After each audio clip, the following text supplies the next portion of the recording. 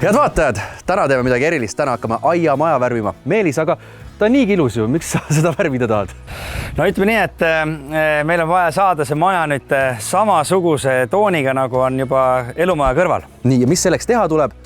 No selleks tuleb kõigepealt siis sama toon valida ja valime tooni alati välisvärvikaartis, kuna tegemist on õuemajaga.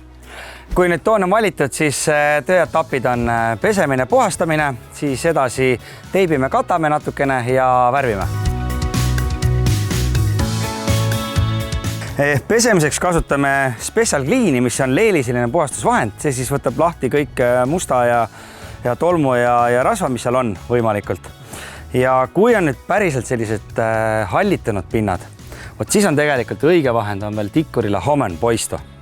Ja tegelikult on ka selline õige hari peaks olema, on ju? Just nimelt, et harja puhul on see oluline, et oleks selline tugevate harjastega. See siis võtab nagu hästi lahti ja mis veel tegelikult konkreetselt selle harja puhul on nüüd hea, et sa saad ka kahe käega nii-öelda peale suruda, et on mugav töötada. Ja segu tegemisel väike nipp, head vaatajad, kõigepealt panna vesi ja siis alles vahend. Täpselt nii, et kõigepealt vesi, siis vahend vastupidi tehes ta hakkab lihtsalt vahutama.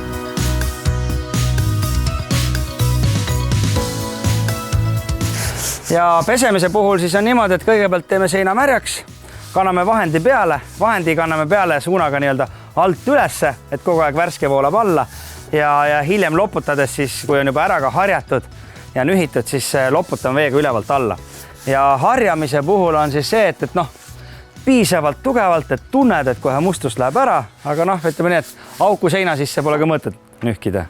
Kui nüüd sein on pestud ja kuivanud, siis vaatame üle, eemaldame vaigu, kui on, ning kui on ka lahtist värvi, siis eemaldame ka selle lahtise värvi.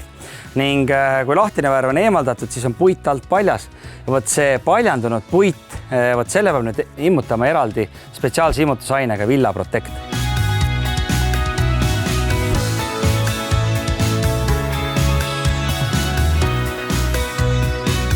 Ja katmise juures on oluline, et sa kataksid kinni kõik need osad, mida sa ei värvi ning teipimisel kindlasti jälgid, et see teip oleks tihedalt, et see värv sinna vahele ei lähe.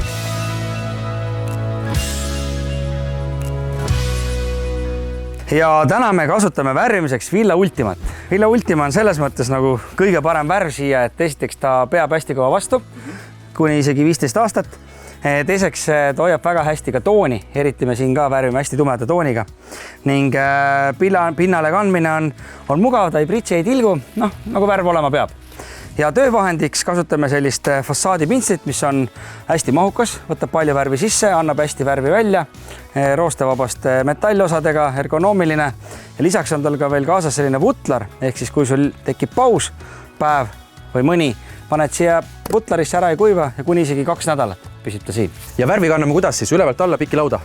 Värvi kandmine käib jah, hakkame ülevalt alla tulema ja piki lauda ja kanname värvi pinnale ja siis tasandame ühes suunas. Ja värvime siis alati 2 kihis.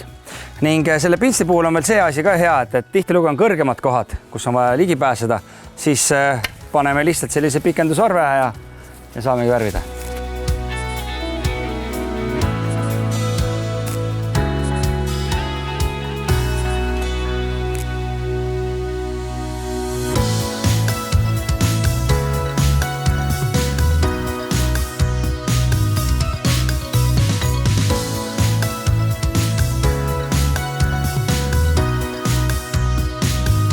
Ja kui nüüd 2 kihti on tumedat värvi värvitud, siis jääbki veel ainult valge värviga piirded ja aknaliistud. Ja kui nüüd teilgi on vaja seal kodus värvida ja või värskendada, siis hakake aga pihta.